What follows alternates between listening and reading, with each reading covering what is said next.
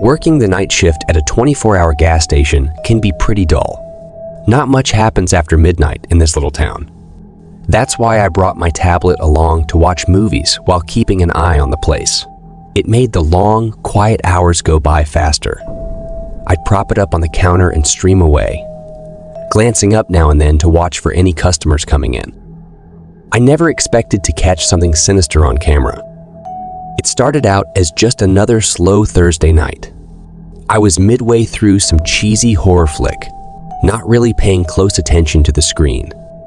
The tiny gas station was empty. That's when I noticed headlights pull up outside. A pickup truck parked at the outer edge of the lot, well away from the building.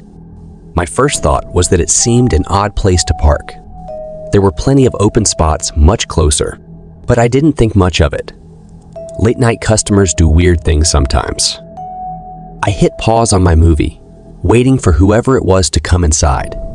But no one got out of the truck. It just sat there, headlights still on, angled away from the store. Minutes ticked by and I started to get uneasy. Who just sits in a gas station parking lot at 2 a.m.? I considered calling out to them over the intercom, but something held me back, a gut feeling that I couldn't ignore. That nagging sense that something wasn't right. Trying not to appear obvious, I turned my tablet's camera to face out the large front windows, pretending to still watch my movie. But now I was really zooming in on the mystery truck. I hit record, just in case I caught anything strange. It took a moment for my eyes to make sense of the dark, blurry footage. The truck's cab was empty, no one sitting inside.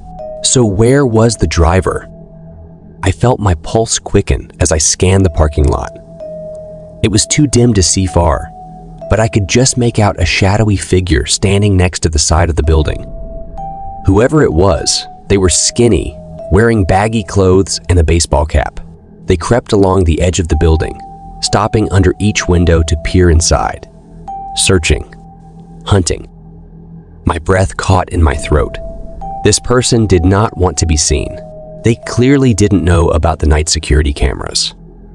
I wanted to run, to hide, but I forced myself to keep filming. This was important evidence if something bad went down. The figure finished canvassing the perimeter and approached the locked front doors cautiously. That's when I noticed the small pry bar in their hand. They were trying to break in. I stood paralyzed behind the counter, terrified they'd notice me. Watching the screen, I saw them jam the pry bar into the door seam and lean back with all their weight. Thankfully, the door held. But they weren't giving up easy. Over and over, they pried and yanked, trying every trick to pop the lock. Each time the door resisted, their frustration visibly grew. Until finally, the glass front splintered with a crack. In that horrifying instant, I knew I had no choice. Gripping the camera tight, I sprinted to the back room and slammed the heavy metal door shut, locked it with fumbling hands as quietly as I could. Then I pressed myself below the small window and frantically called 911. The dispatcher said police were on their way, but the intruder was already inside. I heard them stomping around, snarling angrily. They must have realized the store was empty, slamming freezers and knocking over displays in a violent rage. It felt like an eternity waiting, trying not to make a sound as the ransacking continued. Any second, they could find my hiding spot. Finally, the blessed tones of police sirens split the air.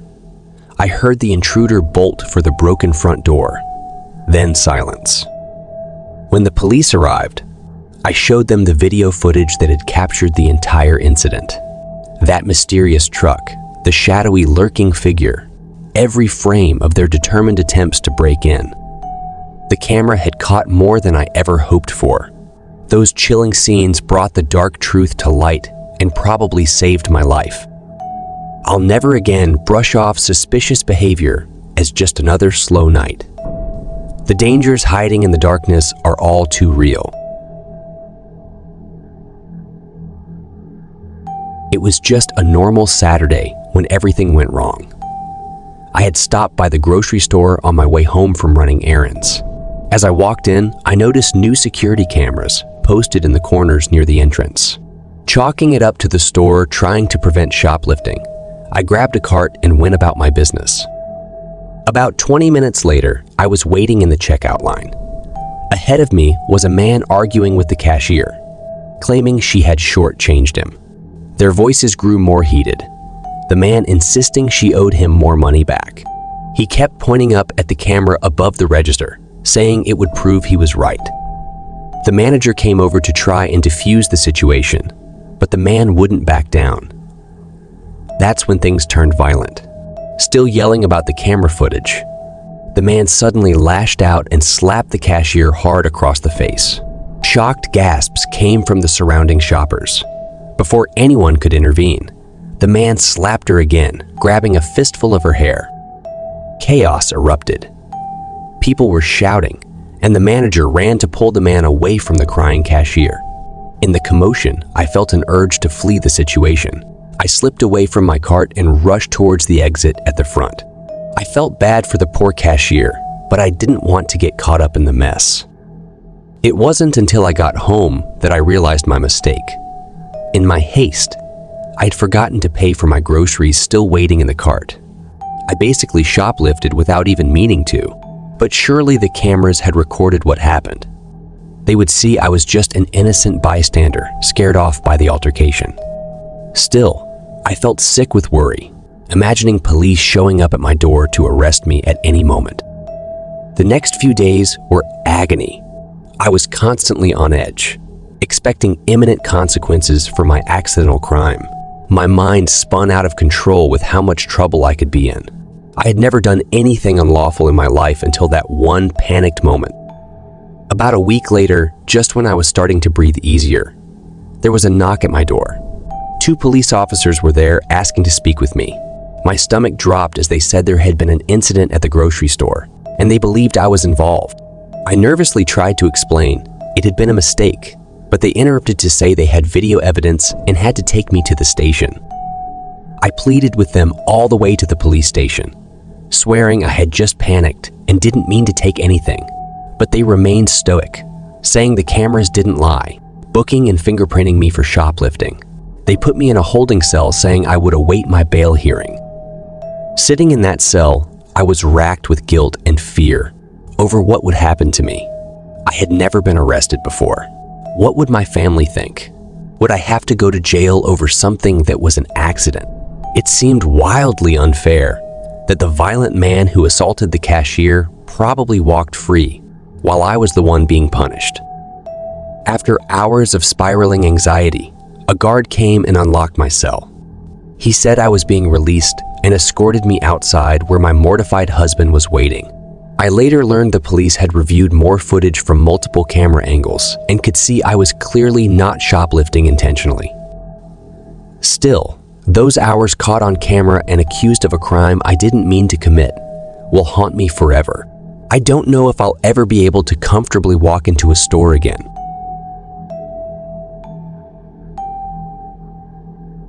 Working the night shift at a convenience store can be creepy enough as it is. But what happened to me last Thursday was on a whole other level. It started off like any other graveyard shift. It was just me, the fluorescent lights humming overhead, and the surveillance cameras watching my every move. Hardly any customers ever came in after midnight, so I usually just watched videos on my phone to stay awake. Around 2:30 a.m., I got up to grab some snacks from the back room. As soon as I stepped out from behind the counter, this awful chill went down my spine. I shook it off, figuring it was just the ache kicking in or something, but I couldn't ignore the feeling that I was being watched. I glanced up at the security monitors behind the counter, but nothing seemed out of the ordinary. Just empty aisles on a black and white screen. Still, I couldn't shake the uneasy vibe that had come over me, so I quickly grabbed a few bags of chips and headed back up front, keeping my eyes peeled for anything suspicious. As I sat back down on my stool, I noticed the cameras on the monitors were ever so slightly off. It was hard to pinpoint why, but their angles seemed just a tad different than usual, like someone had shifted them just an inch or two while I was in the back. I stared at the screens for a minute, trying to figure out if I was just imagining things. Everything looked normal, except when I focused on the camera pointing at the front counter. A chill ran down my spine again. The angle was centered directly on me, almost like someone had zoomed in. I shook my head, laughing at myself for being so paranoid over nothing. There was no way anyone could have tampered with the cameras. I was just tired and spooking myself. After the next hour passed uneventfully, I began to relax and think the whole camera thing must have been in my head, until around 4 a.m. when I needed to use the restroom. As I got up from the stool again, that uneasy tingling returned. I looked back at the monitors, and sure enough, the camera over the counter had moved to track me across the store. My breath caught in my throat as I froze in place, staring at the screen. The camera was very slowly swiveling from side to side, following my every step towards the bathroom. Somehow the security camera was moving on its own, like an invisible hand was controlling it remotely. I felt my pulse quicken, a knot forming in my stomach. This had to be some kind of sick prank, right? Some bored hacker messing with the cameras just to freak me out. I rushed to the restroom, keeping my head down to avoid the roving camera's lens. After finishing up in the restroom, I crept back towards the front counter as quietly as I could. The knot in my stomach tightened when I saw the camera on the monitor had moved yet again, angled right at the bathroom door in anticipation of my return. Someone was definitely watching me through the camera and moving it deliberately. I stared up at the actual device mounted near the ceiling, but it remained stationary. However, the camera feed on the monitors kept tracking me, the perspective zooming in and out. Panic started rising in my chest. Whoever was controlling the cameras had been spying on me all night long. I felt violated and completely exposed, even though they were just watching through a lens. I didn't know what to do. Running would only let them see me leave. But staying here with some peeping Tom eyes on me was terrifying. I paced around the front area, keeping my back to the wall to avoid the camera's gaze. All the while, its movements followed me on the monitors, hovering and watchful. Those final 30 minutes of my shift felt like an eternity. I fixated on the clocks, willing time itself to move faster. Right before 6 a.m., I steeled my nerves, took a deep breath, and made a run for the front door. I heard the camera whirring as it struggled to keep up with my sudden movement. Bursting out into the morning dawn light, I finally felt free from its cold mechanical eye. I quit later that day and haven't worked another night shift since.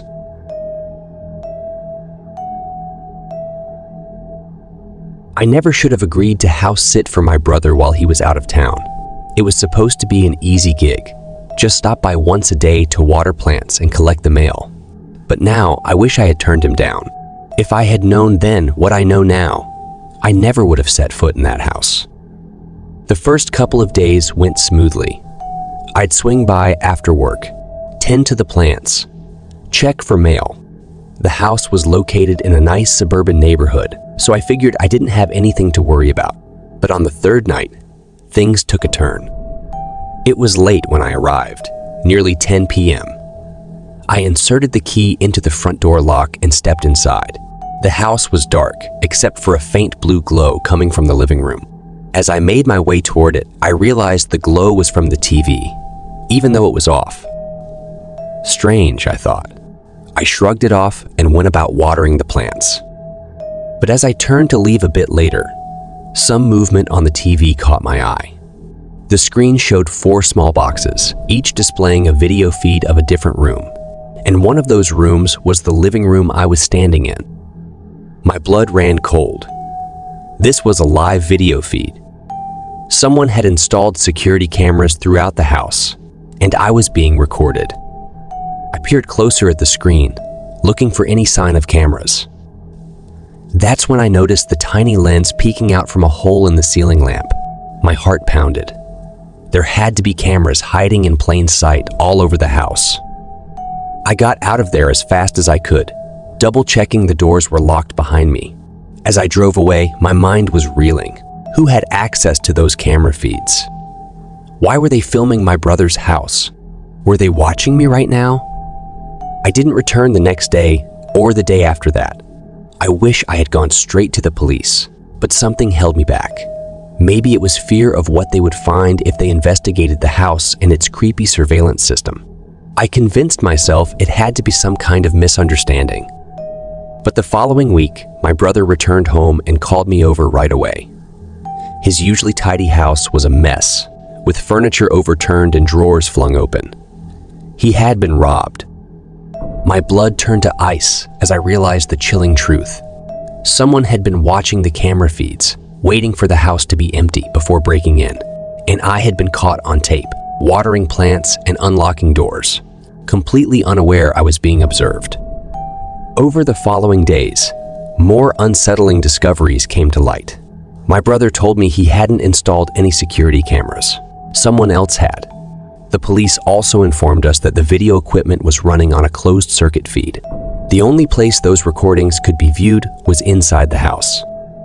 So someone had broken in once to set it all up, then returned at the right moment to rob the place, using the footage to monitor the house and my unsuspecting actions. I shuddered, imagining them sitting there, spying on me from some dark, unseen corner. The police swept the house, but found no trace of the intruder. They told us the cameras had probably been recording for weeks before I ever set foot inside. Just thinking about some creep watching private moments in my brother's home made my skin crawl. Though there was no proof, I couldn't help feeling like I was the one who had led them right to the valuables they stole. Maybe they had been waiting for someone naive enough to let their guard down. No signs of forced entry were found, only an unlocked door and me, obliviously watering plants on tape. It could have happened any time I was there. I cooperated fully with the police investigation, but the perpetrator was never found. My brother had to replace the locks and install a real home security system. As for me, I never sat again after that. Just imagining being watched on some hidden camera still gives me chills. No neighborhood or house is as safe as you think. You truly never know who might be lurking, watching everything you do. I learned that lesson the hard way.